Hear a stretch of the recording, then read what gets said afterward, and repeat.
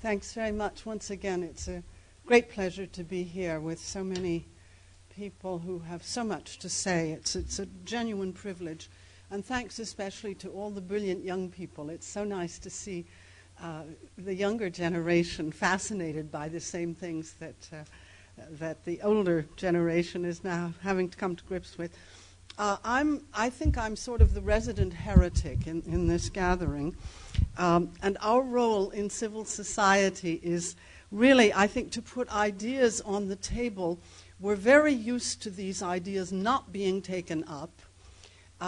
We, in ATTAC, our founding principle was international taxation, particularly on financial transactions.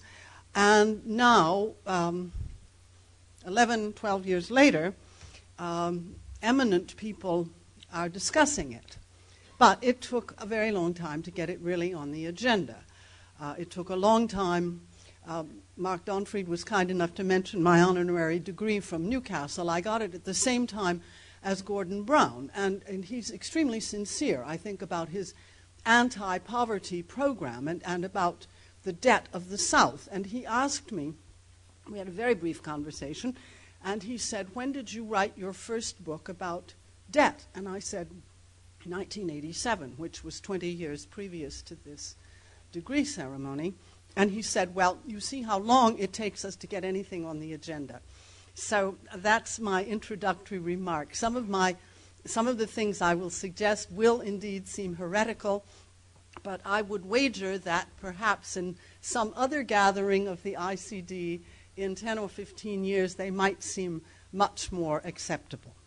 So, first of all, first heretical statement, we're not really in a crisis. If you look at the derivation of this word, a crisis is a moment where there is one outcome or another. In an illness, you die or you recover. In the drama, the crisis is the moment where the Gordian knot is sliced, but that's not where we are. We're in a chronic situation where upheaval in the economy has become absolutely commonplace. And this began, we can say just for most recent times, of the neoliberal era in 1982 with the Mexican debt crisis, which then spread throughout Latin America and the world. The U.S. savings and loan crisis in the 80s, which took a long time to settle. The Dow Jones drop in 1987 of 27% in a single day, $1 trillion wiped out in paper wealth in a single day. 1990, the Japanese crisis begins. They are still in a stagnation situation.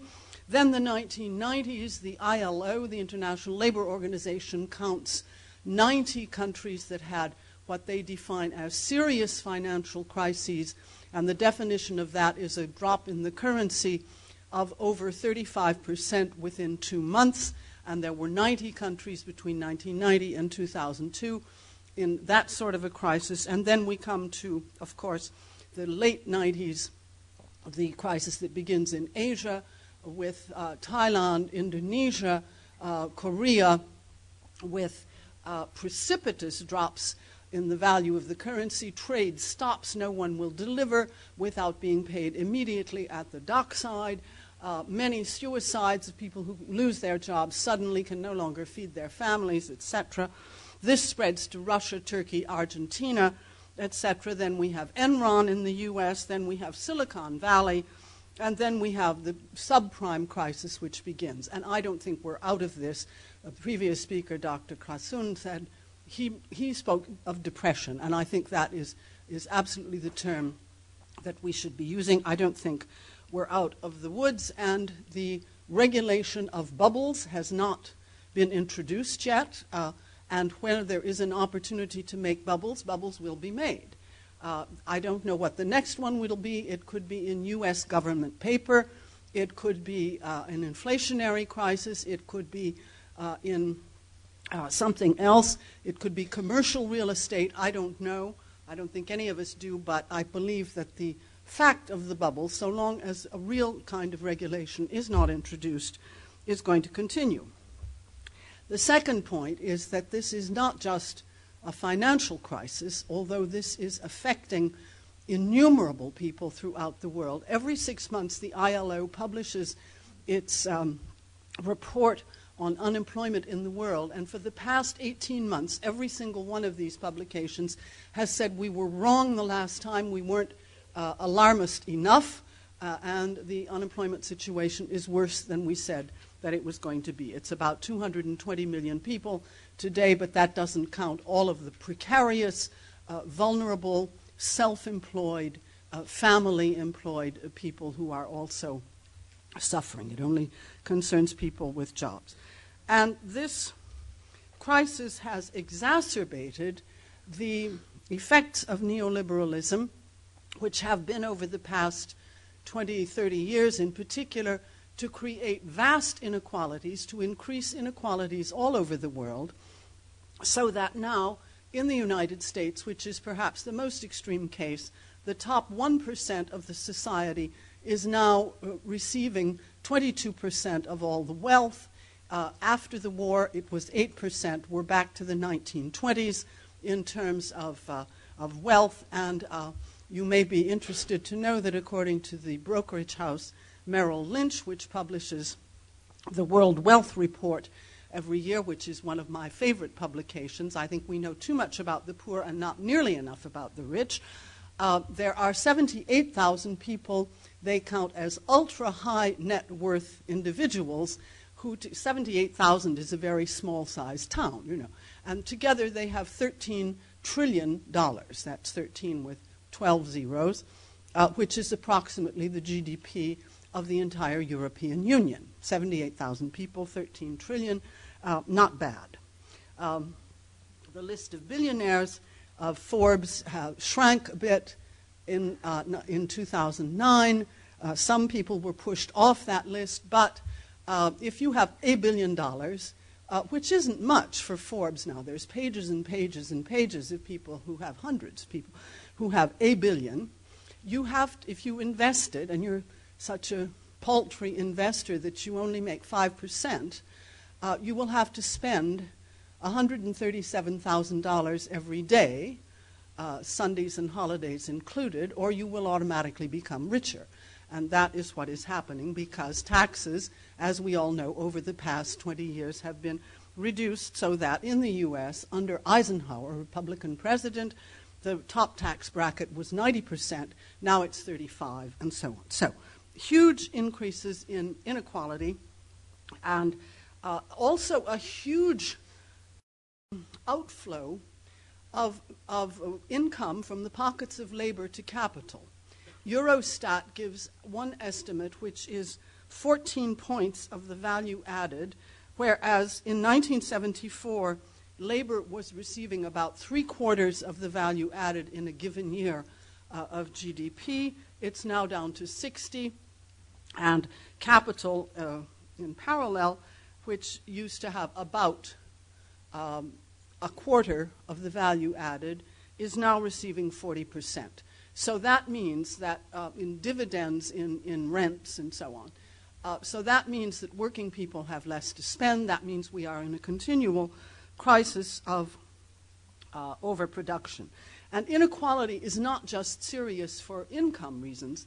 I recommend highly a new book by Richard Wilkinson and Kate Pickett, which is called The Spirit Level, and it is one graph after another concerning inequality in the developed countries, and which shows how closely correlated inequality is with all kinds of phenomena, including teenage pregnancies, obesity, drug addiction, prison populations, mental health, physical health, of course, low birth weights, life expectancy, etc., etc. Every phenomenon you don't want in a country is closely correlated with inequality. So when governments say we would love to give more benefits to poorer families and bring more equality about, but it's too expensive, I don't think they're doing their accounts right because they're not counting all of the costs of the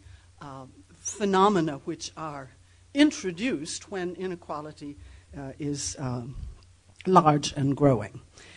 This is the same in the South, but I won't have time to go into much detail about that. But basic necessities like food and water are becoming less and less accessible for hundreds of millions of people in the South. You remember perhaps the food crisis of 2008. There were riots in over 30 countries. This was the first time that this kind of food crisis had been worldwide. It went from Bolivia to Bangladesh. It was not usually famines and food scarcities are localized. This was not the case, and much of that was due to speculation, because when the subprime bubble burst, Wall Street ran headlong into commodities exchanges. There was a 30-fold increase in the money that went into commodities, and of course people who were never going to take delivery of a ton of wheat or of corn were speculating madly on these food products, to the point that in one day the price of wheat went up by 23%. This is not supply and demand. This is very definitely speculation, but that now has a worldwide effect. All of these phenomena have an effect on people well beyond the control over any of the causes of these phenomena. So those are, I think, the financial crisis, the inequality crisis, the basic necessities crisis. All of these are aggravated by the phenomenon of global warming. And I find, traveling somewhat, that the consciousness of this phenomenon is extremely different from one part of the world to another. This is my personal greatest fear. Climate change is my greatest fear. Because with economics and social policy, sometimes with huge political effort, you can go back and start over, and you can really rectify your policies. But with climate change, once it's off the chart, it's off the chart. And that is, I fear, where we're going now. Economists are not very good at counting feedbacks. They're not very good at seeing that one phenomenon is going to make this one worse. Economists are very good at saying 1 + 1 + 1 makes a nice straight curve. They're not very good at saying 1 + 1 + 1 means it's off the chart and it's unmanageable. So that's what I'm most afraid of, because what it means is climate refugees by the millions, islands and Bangladesh and various other places underwater. It means much more rapid spread of disease. It means enormous hardship for millions. It means death. What is the Frontex agency of Europe going to do when people desperate people try to come to Europe? Are we lining up the troops at the borders and shooting them down? What are we doing? Mr. Solana published a report on this. He's conscious of the problem, but the only recommendations are monitoring, studies, etc. There is really no discussion about practical policies.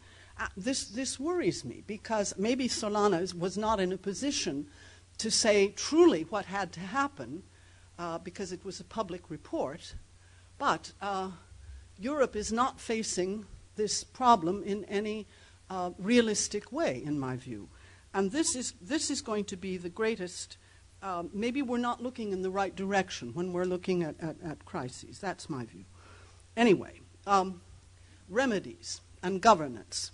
What do we do about all of this clustering, this concentration, this convergence of crises? Well, there's the remedies, so-called, of the G8, the remedies of the G20, of the World Bank and the IMF, who are always now included in the G20. I frankly don't believe that they are going to change the situation radically. I think they're going towards business as usual as fast as they can, and business will be usual for a couple of years, and then we'll have another blow-up.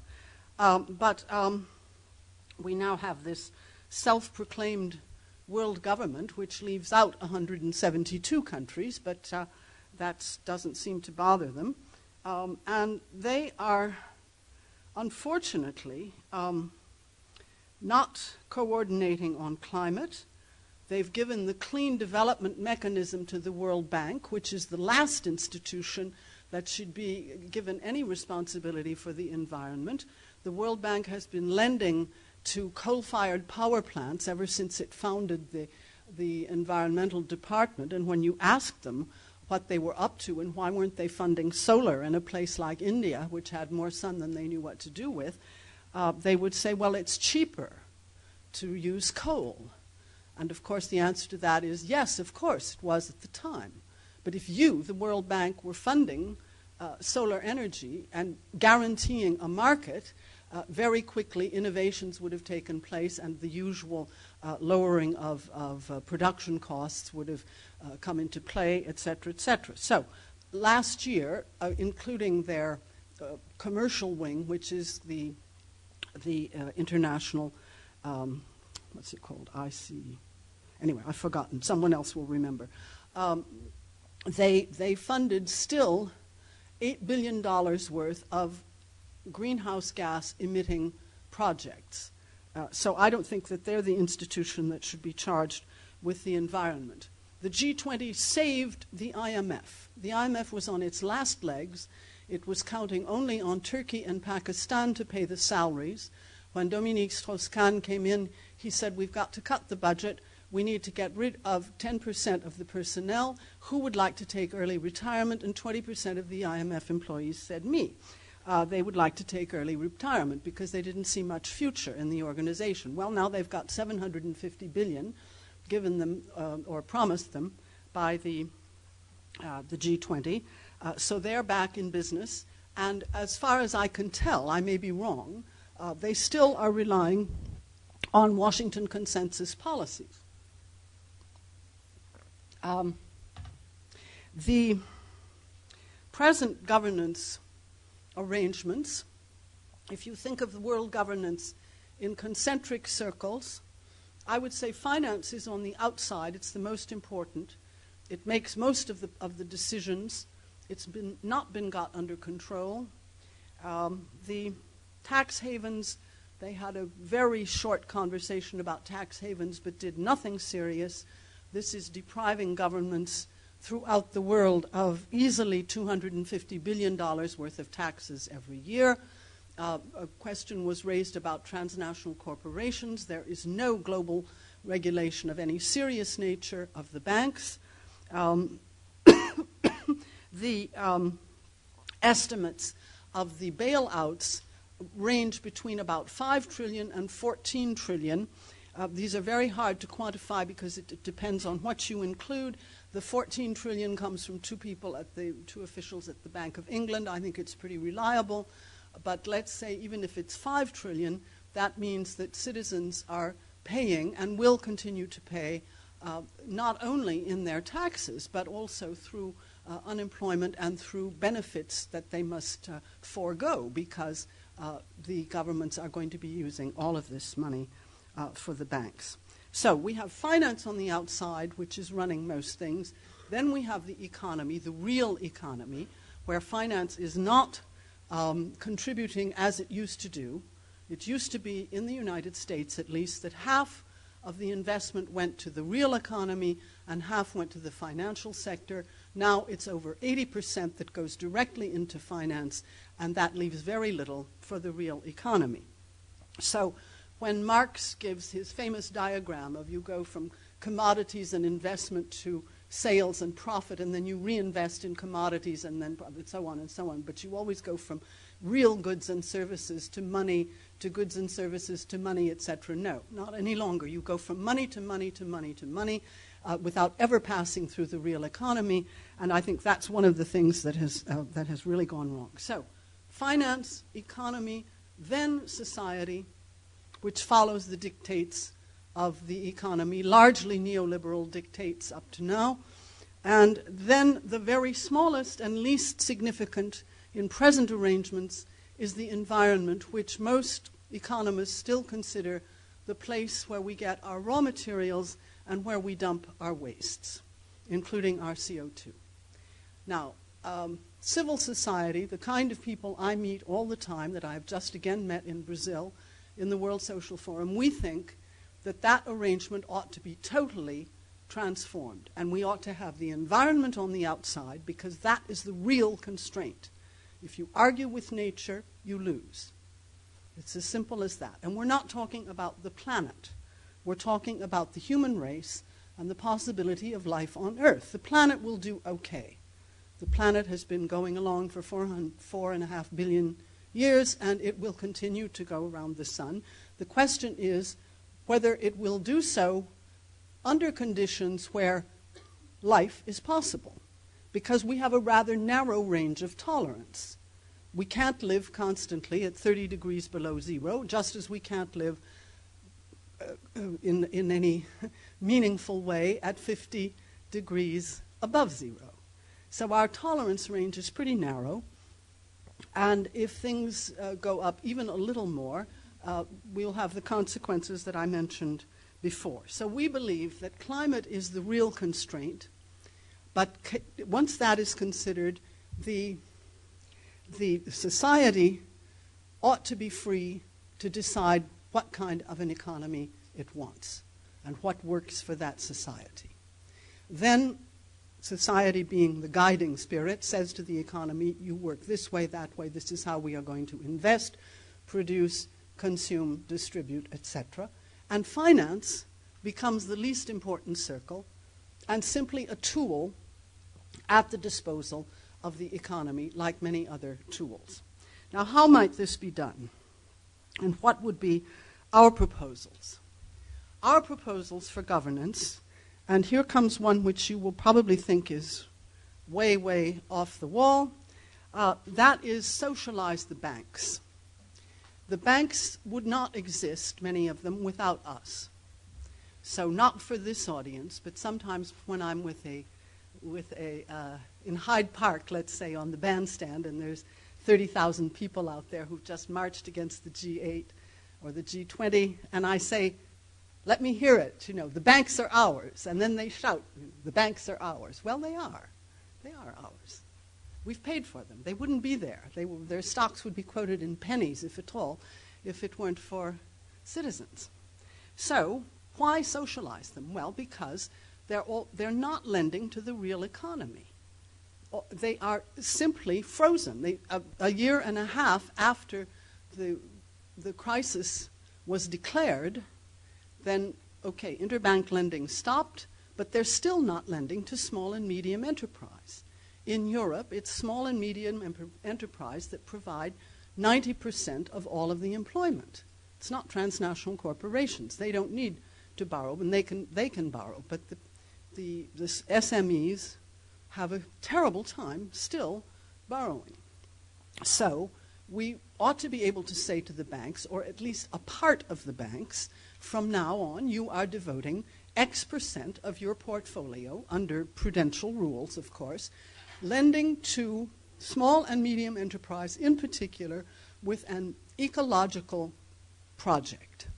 And you are lending to households which want to refurbish their houses, re-insulate, put solar panels on the roof, as you have a system in Germany for that. That's a very good idea.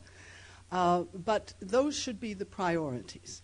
The other priority should be lending to social enterprise, to participatory enterprise. We don't see any reason that there should be a frontier for democracy which stops at the border of politics. We have spent centuries neglecting the creativity of women, and we are still spending centuries neglecting the creativity of workers. And if you remember, some of you who are old enough, the episode of the Lucas aerospace workers in Britain who devised a plan for their very large industry. Instead of having a bailout, we should be paying workers to devise a new plan for their industries, the car industry. Why not pay them to think what they could do that would be socially and ecologically useful without simply going back to business as usual and saying we're going to save you so you can go on doing the same old thing. That, I think, would be a big step forward. I learned in Porto Alegre in Brazil that there is an organization there called Social Trade, which in that one area has 1,300 small and medium enterprises, which are all in a circuit of interest-free money.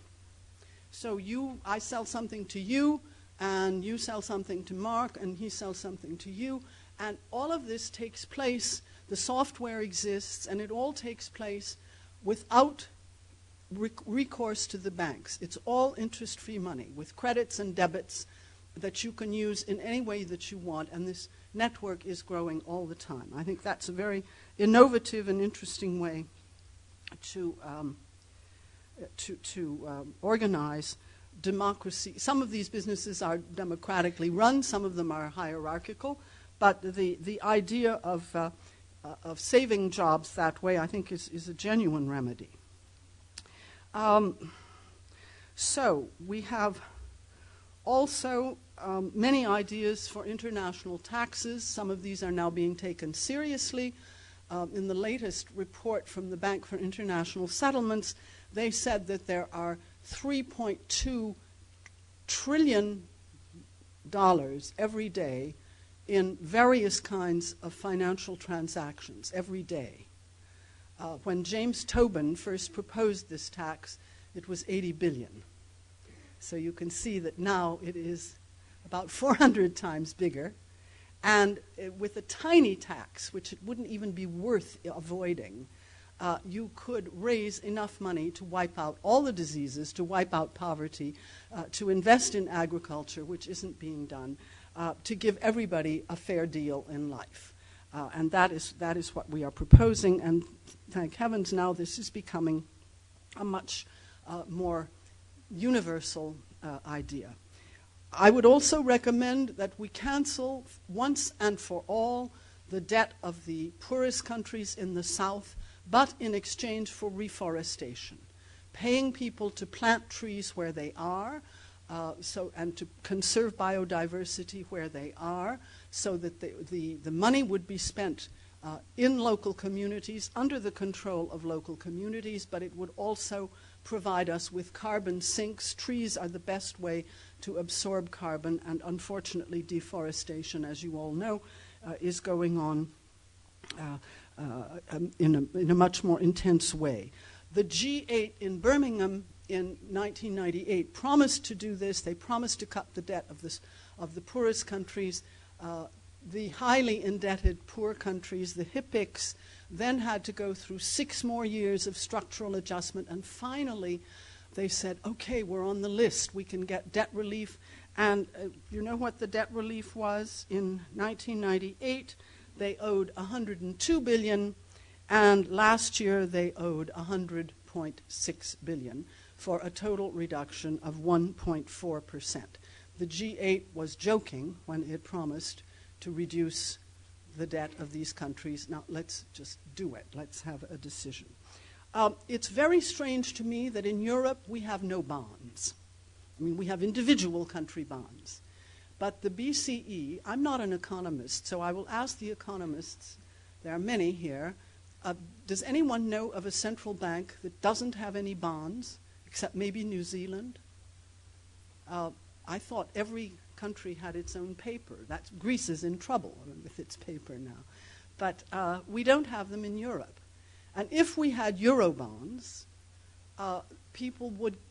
investors would clamor for them. They would really, this would be a very safe investment, and it would allow us to do projects which no country, even the largest ones like Germany, France, and Britain, can do by itself. We could have huge ecological projects for transport, for energy, for integrating our systems, and it's very strange to me that nobody has really proposed this. And so if the BCE, if the European ECB, European Central Bank won't do it, maybe the Eurogroup could do it, but it would have to be at the initiative of Germany, because if the Bundesbank is not in favor, it won't happen.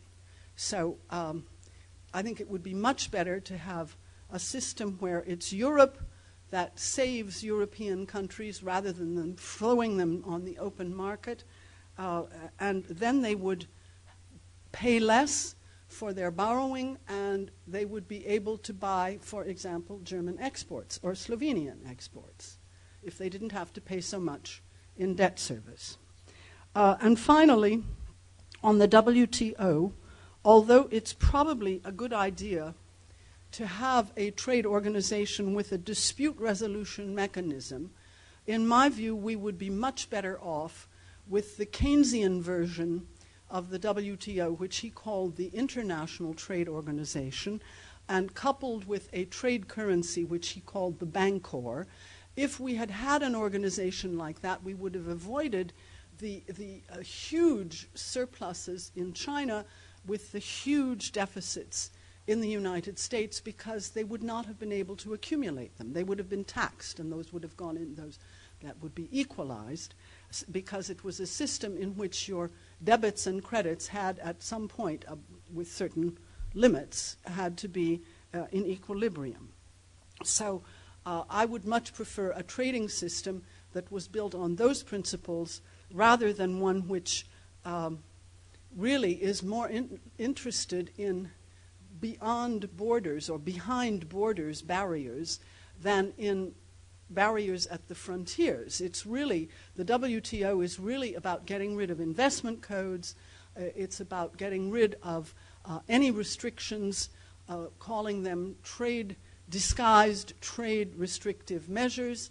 And I think there's a lot to be done. And the TRIPS, for example, unless it is changed, good technology for environmental renewal will not be transferred fast enough.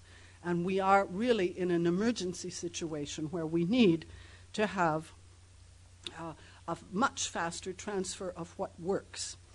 Well, I don't know if it's possible to put this kind of solution into practice. Our job is to put ideas on the table, to try to do popular education, to try to convince people. I think we have the numbers. When you see the number of people who come out to protest or who come to meetings, certainly many people agree. We're not organized enough, and we certainly don't have the organization of the Davos crowd.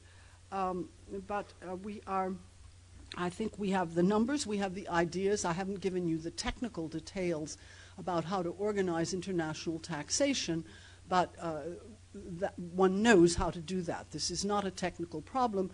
It's entirely a political and ideological problem. And of course, the banks are screaming bloody murder because they don't want even the shadow of international taxation, even if it's at 1 per 10,000, because that is the door open to the idea. And this, for them, is a very bad thing. Just as people screamed about income tax in the early 1900s, because even though it was at 1% or 2%, that was the door open, and they were right. It was the door open, but as well it should have been the door open. So what we need to do now is to scale up our solutions, and that means alliances. It means alliances in civil society, because none of us can do it by ourselves. The ecologists can't solve the problems of the environment, just as farmers can't solve the problems of small farmers, and trade unions can't solve by themselves the problems of workers. We need alliances, and I think we have to, although this is not yet the rule, we need to spread those alliances to small and medium enterprise and to any government that will work with us, whether it be local, regional, or national. Any government which takes on these principles as sound for making a working society, I think we ought to be prepared to work with them. And we should also spread our ideas as widely as we can. Therefore, I'm extremely grateful to you all for listening. Thank you.